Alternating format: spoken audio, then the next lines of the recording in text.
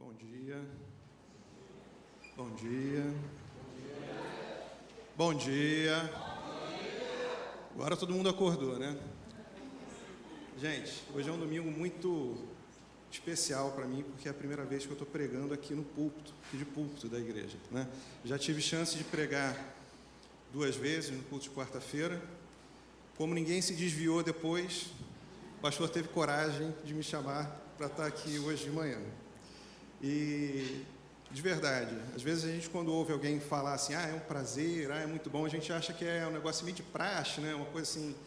Mas, gente, é muito bom poder estar aqui com vocês.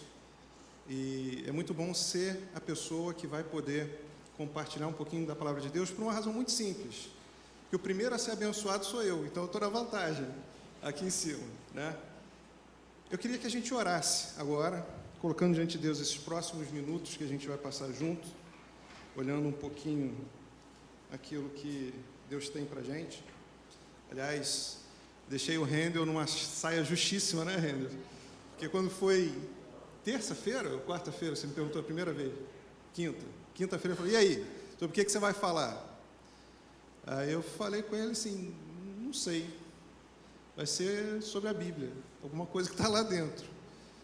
E aí a gente tornou-se falar, e ontem de tarde, sei lá que horas que foi, eu falei com ele assim, Rendel, a hora que você descobrir sobre o que eu tenho que falar, aí você me avisa, porque até agora eu não sei. Mas graças a Deus a coisa... Na verdade, Deus é muito engraçado, né? Parece que Ele vai apertando a gente para a gente entender de fato aquilo que Ele quer que a gente compartilhe.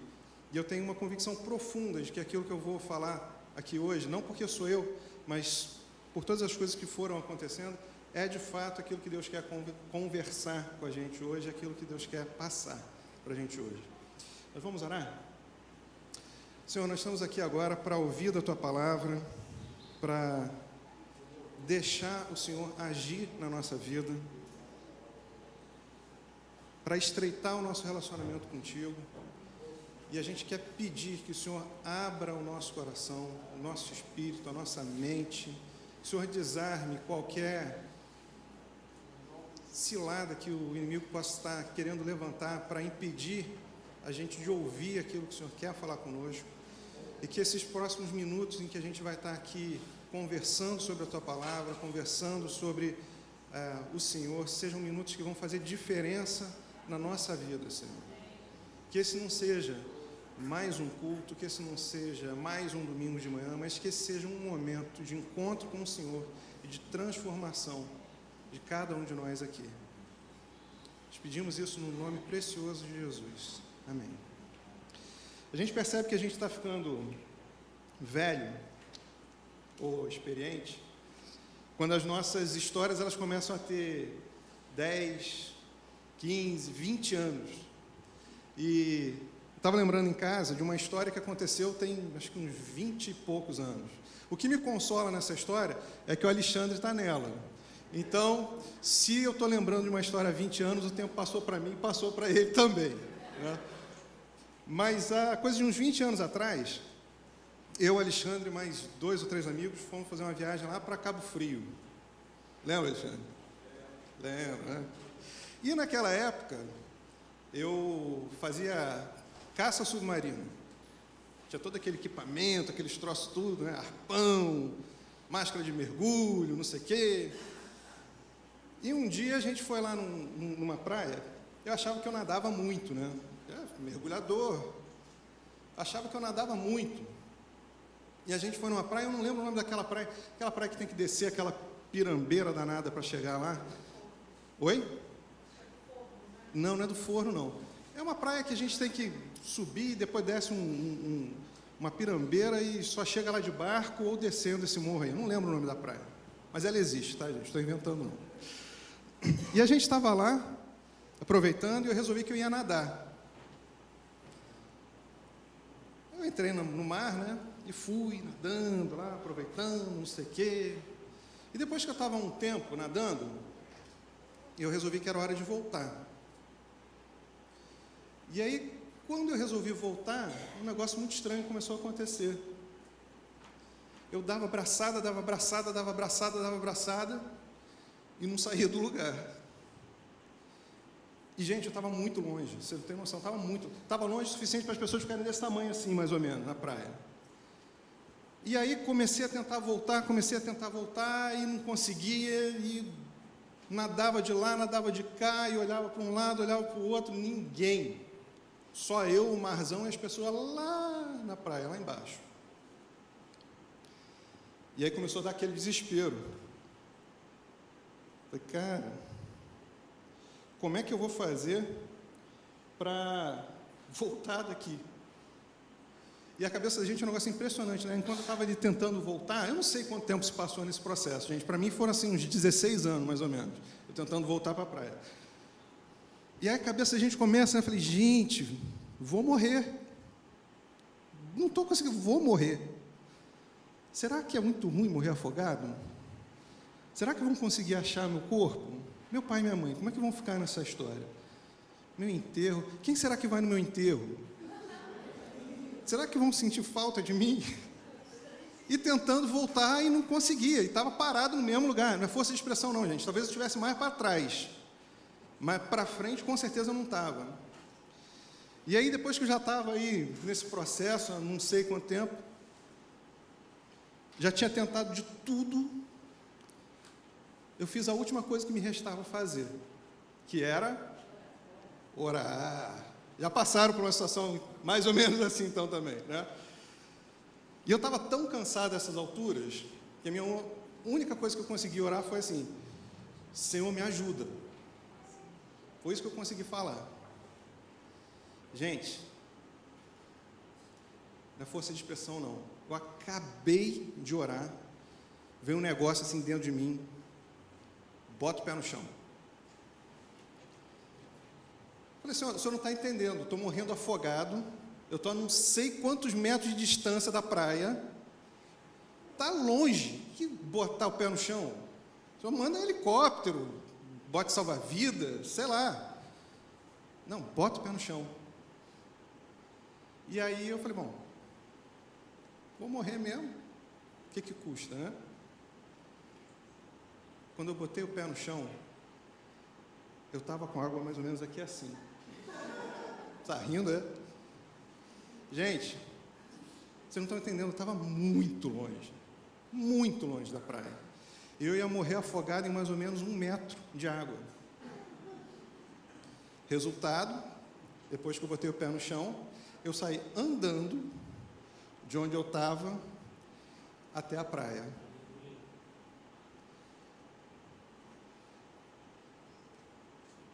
Eu fico pensando quantas vezes a gente não faz a mesma coisa. A gente fica se debatendo,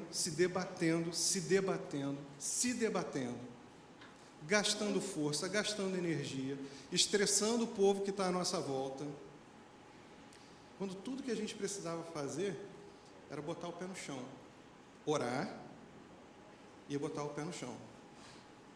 Quando tudo que a gente precisava fazer era ter a coragem de ser humilde o suficiente para pedir a Deus o socorro dele, a resposta dele. E nesses próximos minutinhos eu quero conversar com vocês sobre alguns aspectos dessa humildade.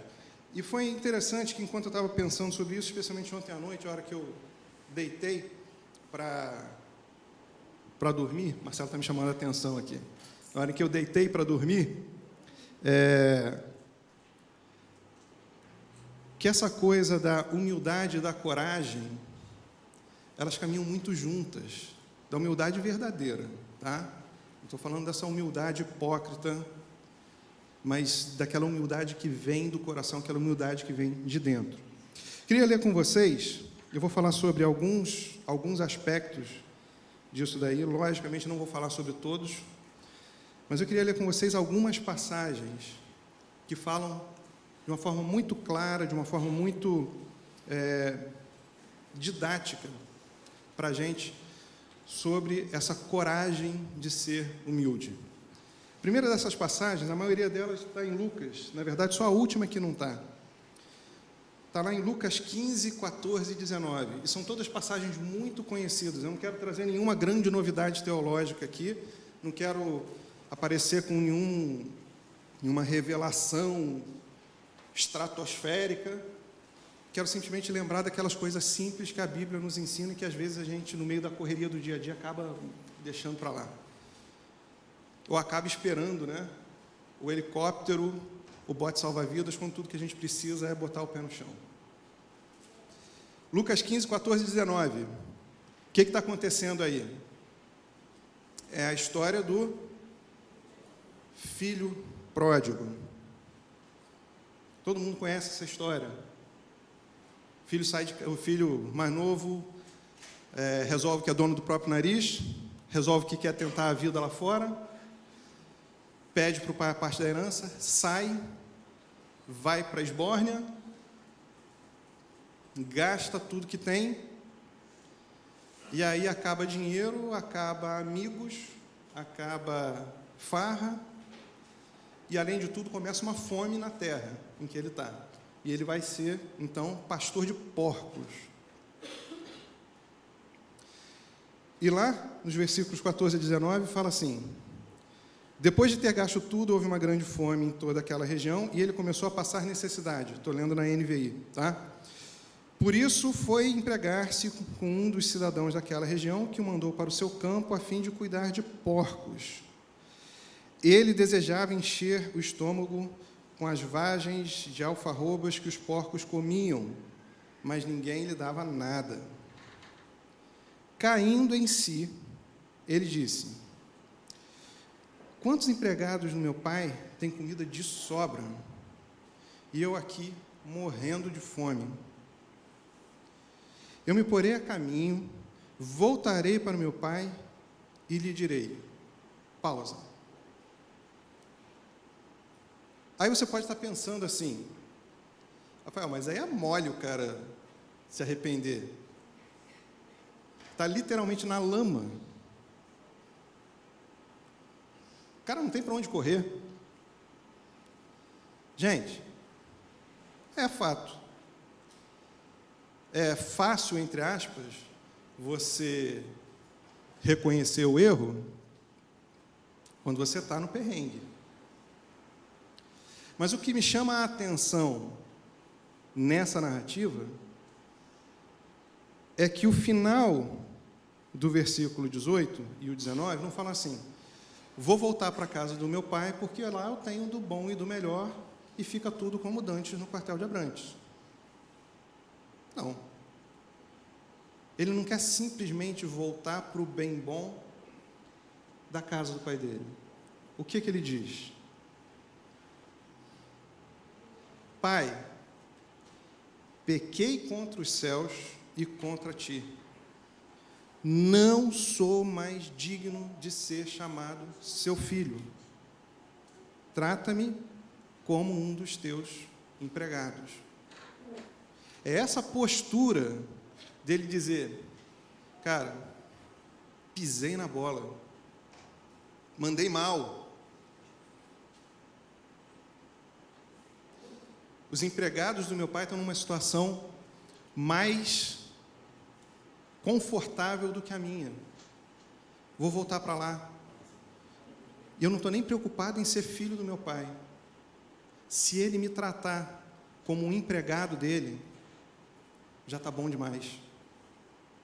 Percebem a diferença que existe, um quebrantamento que existe ali? Na verdade, talvez a expectativa dele fosse justamente que o pai fizesse isso.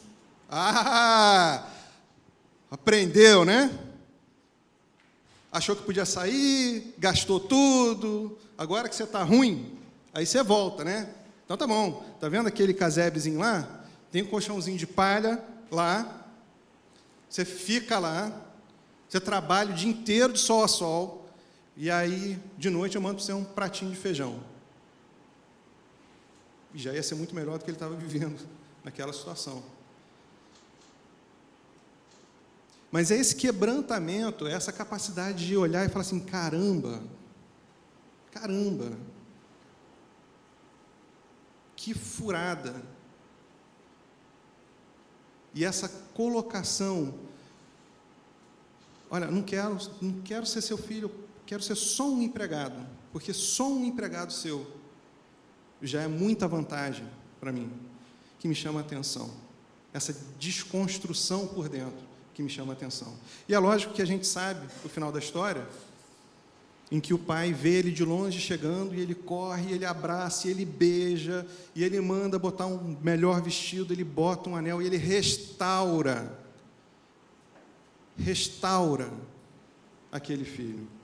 O filho pródigo mostra para mim a humildade de reconhecer o erro, a coragem de reconhecer o erro e de agir em função disso. Um segundo aspecto da humildade e da coragem, a gente encontra lá em Lucas, capítulo 36, Lucas 7, versículo 36 até o 38. Lucas 7, 36 a 38. O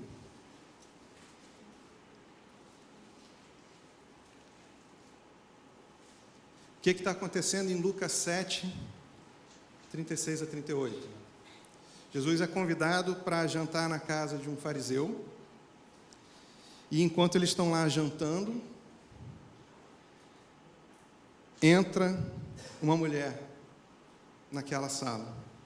E diz assim, esses 3 versículos: convidado por um dos fariseus para jantar, Jesus foi à casa dele e reclinou-se à mesa. Ao saber que Jesus estava comendo na casa do fariseu, certa mulher daquela cidade, uma pecadora, trouxe um frasco de alabastro com perfume e se colocou atrás de Jesus, aos seus pés. Chorando, começou a molhar-lhe os pés com as suas lágrimas, depois os enxugou com seus cabelos, beijou-os e ungiu com o perfume. Talvez a gente não entenda muito bem o que significa a atitude dessa mulher. Mas naqueles dias, quando você tinha uma visita muito importante, ou quando você tinha uma espécie de uma reunião entre os homens, essa coisa toda, as mulheres e as crianças só entravam na sala de jantar. As crianças nem entravam, né? Mas as mulheres só entravam na sala de jantar para levar as coisas e recolher o prato que estava sujo. Eram as garçonetes, literalmente, do pessoal. E aquela mulher, ela não só entra, mas ela fica, quebrando um protocolo de gerações ali.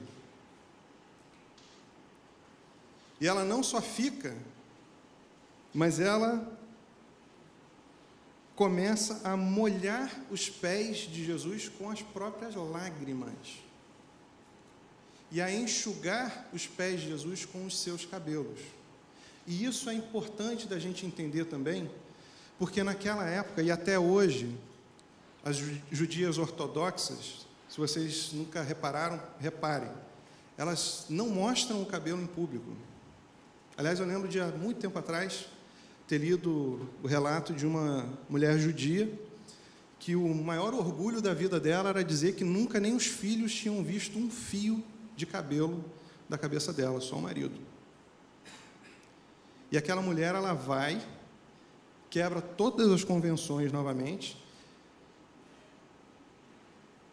enxuga os pés de Jesus com os seus cabelos e unge os pés de Jesus.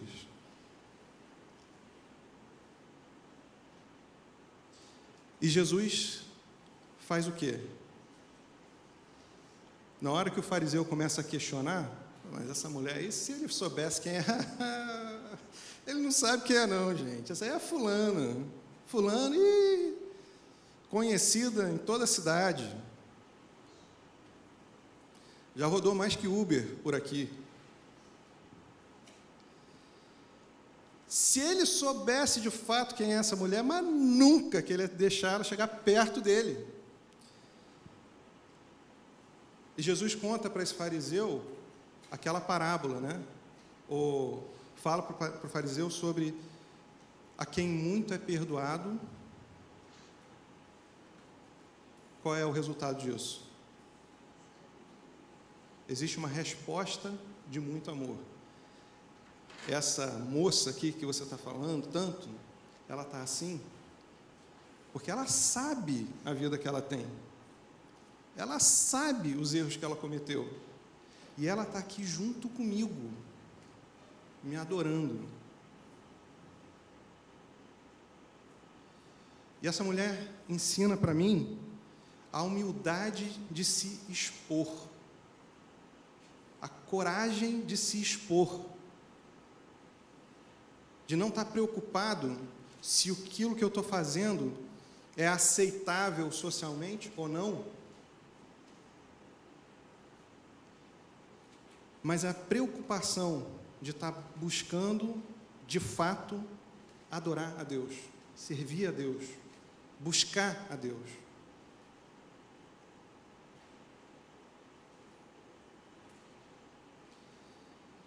Um terceiro aspecto da humildade que eu queria compartilhar também, continuando o nosso passeio em Lucas, lá no capítulo 18, versos 10 a 14. Também não é nenhuma passagem desconhecida, né?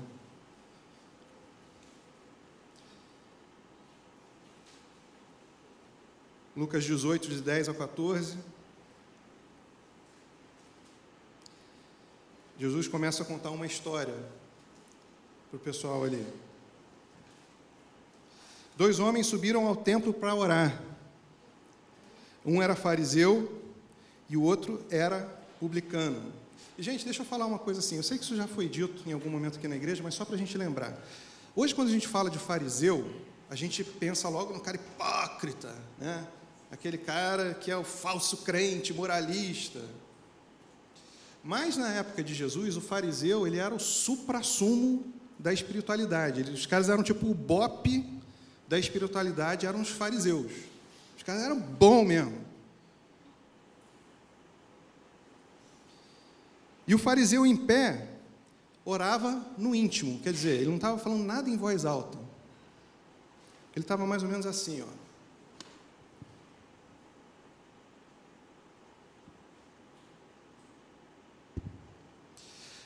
E lá dentro do coração dele, ele estava falando assim: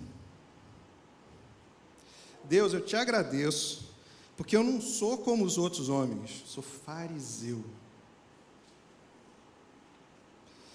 Os outros homens são ladrões, corruptos, adúlteros. Especialmente eu te agradeço porque eu não sou como esse publicano aí do lado. Jejuo 2 vezes por semana e dou o dízimo de tudo quanto ganho. E é interessante porque, se você olhar lá na lei de Moisés, a lei de Moisés fala que era para você jejuar quantas vezes? Alguém sabe? 1 vez por ano. Você vê que o cara era bom mesmo. A lei mandava ele jejuar 1 vez por ano, ele jejuava 2 vezes por semana. O cara era sério. E enquanto ele estava lá, se autoexaltando internamente, do lado dele estava o publicano. E quem eram os publicanos? Os publicanos eram os responsáveis por coletar os impostos e eles eram muito amados em Israel. Por quê? Porque além de coletar os impostos para Roma, o trato era mais ou menos o seguinte: ô fulano, Rafael, você vai ser nosso coletor de impostos, você vai ser o nosso publicano. E a gente exige que você recolha, então, 15% dos impostos do pessoal aí. O que você coletar mais do que isso, fica para você. Mas você precisa repassar para a gente 15%. Então, na hora que eles iam recolher os impostos, o que os publicanos faziam? Pediam aí 25, 20, 30. Imagina, né, como é que o pessoal era fã dos publicanos, como é que eles gostavam. Chamavam sempre para ir no McDonald's junto, né? Ah, vem cá, vamos lá. Eles eram execrados por todo mundo. E esse publicano, ele não consegue nem entrar direito assim no templo para orar. Porque o texto fala assim, ó: mas o publicano ficou à distância. Ele nem ousava olhar para o céu. Estava lá de cabeça baixa. Mas batendo no peito, ele dizia: Deus, gente, como eu me identifico com essa oração? Deus, tem misericórdia de mim, tem misericórdia de mim, que sou pecador. Deus, tem misericórdia de mim, que sou pecador. E Jesus termina esse trecho dizendo o seguinte: eu lhes digo que este homem, o publicano, e não o outro, foi para casa justificado diante de Deus, pois quem se exalta será humilhado, e quem se humilha será exaltado. Esse homem que se rasgou diante de Deus alcançou o perdão, alcançou a misericórdia. E a parábola do publicano mostra para mim a humildade de se reconhecer insuficiente, de se reconhecer pecador. E a coragem que essa humildade exige de colocar diante de Deus: Deus, tem misericórdia, Deus tem misericórdia. A humildade de se reconhecer insuficiente. Penúltimo aspecto da humildade que eu quero conversar com vocês hoje de manhã, lá em Lucas 21, versículos de 1 a 4.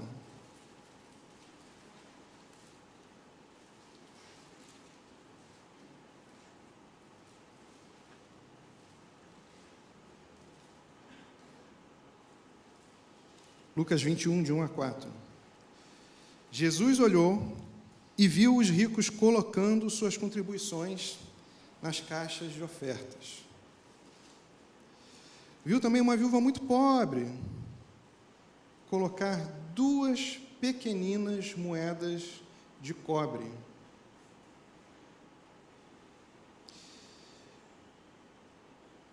E Jesus disse: afirmo a vocês que esta viúva pobre colocou mais do que todos os outros.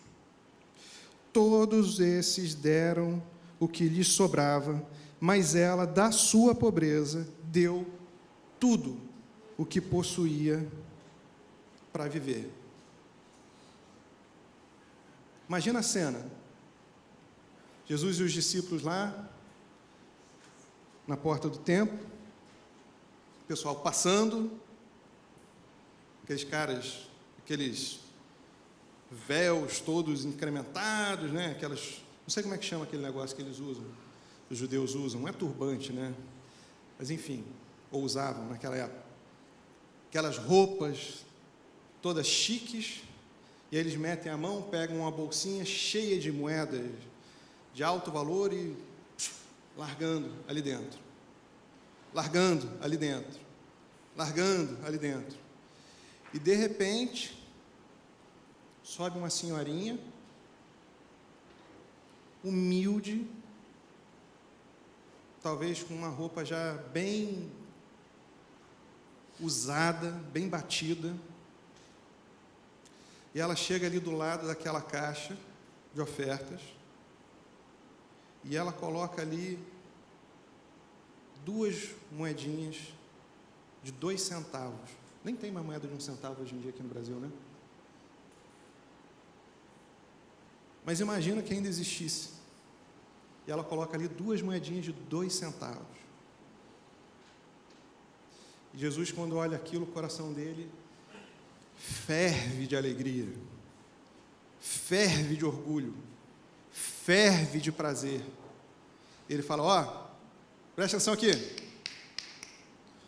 Pedro, Tiago, João, Tião, não, Pedro, Tiago, João, Criei um discípulo novo, te amo. Mateus, galera, chega aqui. Vocês estão vendo aquela mulherzinha ali? Vocês viram o que elas fizeram? Ih, Jesus, nem deu para ver, não. Eu vi que ela passou do lado ali da caixa. Eu vi o que o fulano de tal ali passou. Você viu, cara? Tamanho do saco de dinheiro que ele despejou? Despejou assim, ainda fez questão de despejar para cair tudo. Aquele lá eu vi. Falei, pois é. Sabe essa senhorinha aí que você nem viu o que botou dentro da caixa? Se juntar todas as ofertas que todo mundo entregou aqui hoje, nenhuma delas chega aos pés do que essa mulher depositou, aos pés do que ela colocou aqui. Sabe por quê? Porque para ele é muito fácil chegar e botar aí 10 mil reais, 5 mil reais, 1.000 reais. Para ela, tudo o que ela tinha foi o que ela colocou. E essa mulher, ela me faz ver a humildade de reconhecer que tudo pertence a Deus.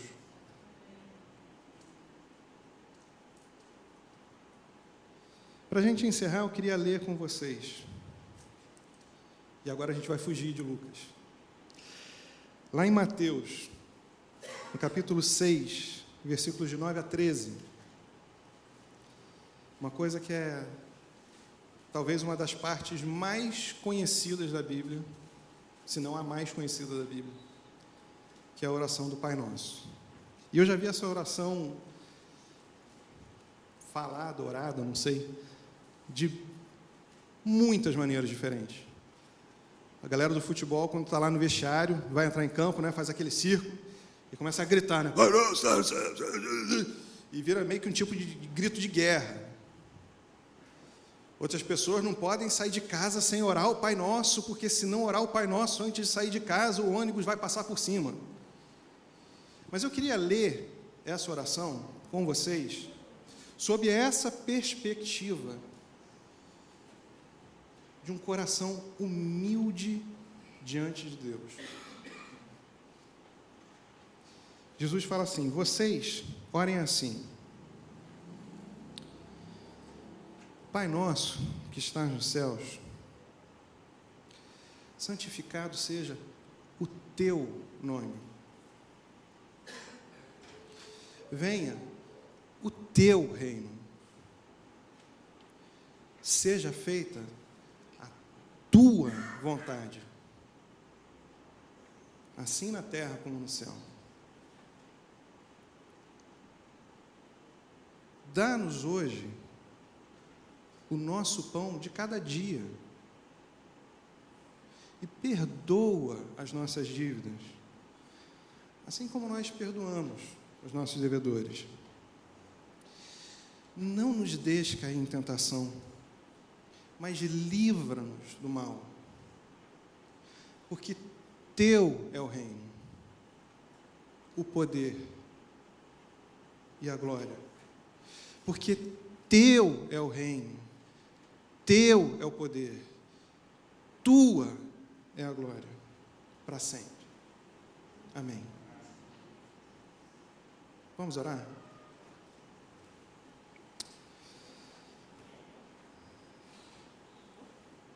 Senhor, a gente vive num mundo tão corrido, num mundo tão cheio de demanda, num mundo tão cheio de tantas coisas que exigem da gente o tempo todo. E é tão fácil a gente se perder, é tão fácil a gente deixar de olhar para o Senhor, e é tão fácil a gente começar a se estribar nas próprias forças, no próprio conhecimento, nas próprias capacidades. E é tão fácil a gente se afastar do Senhor. E é tão fácil, Senhor, a gente deixar de ter um coração humilde. É tão fácil, Senhor, a gente deixar de ter um coração que reconhece o erro. É tão fácil a gente deixar de ter um coração que não quer se expor. Um coração que não se reconhece mais insuficiente e um coração que não reconhece que tudo depende e pertence ao Senhor. E nessa manhã, Pai, eu quero pedir que o Senhor nos ajude a desenvolver um tipo de coração que agrada ao Senhor, um coração humilde, que reconhece o Senhor em todas as coisas, que se deixa transformar, que se deixa alimentar, que se deixa cuidar pelo Senhor, Pai. Um coração que tenha a coragem de agir de acordo com essas convicções que o Senhor vai colocando dentro dele, Pai. Um coração, Senhor, que agrade ao Senhor, um coração que ande junto com o teu coração, Pai. Que as nossas vidas, Senhor, possam fazer diferença na vida daqueles que estão à nossa volta. Obrigado, Senhor. Obrigado porque o Senhor é um Deus que não desiste de nós. Obrigado porque o Senhor está pronto a nos receber de volta a qualquer momento. E porque o Senhor está pronto a, como aquele pai da parábola do filho pródigo, botar um vestido novo, botar um anel no nosso dedo, botar sandálias e dizer: vem e vamos nos alegrar juntos, porque você voltou para casa. Ajuda, Senhor, a viver dessa maneira. É o que nós pedimos ao Senhor nessa manhã. Em nome de Jesus. Amém.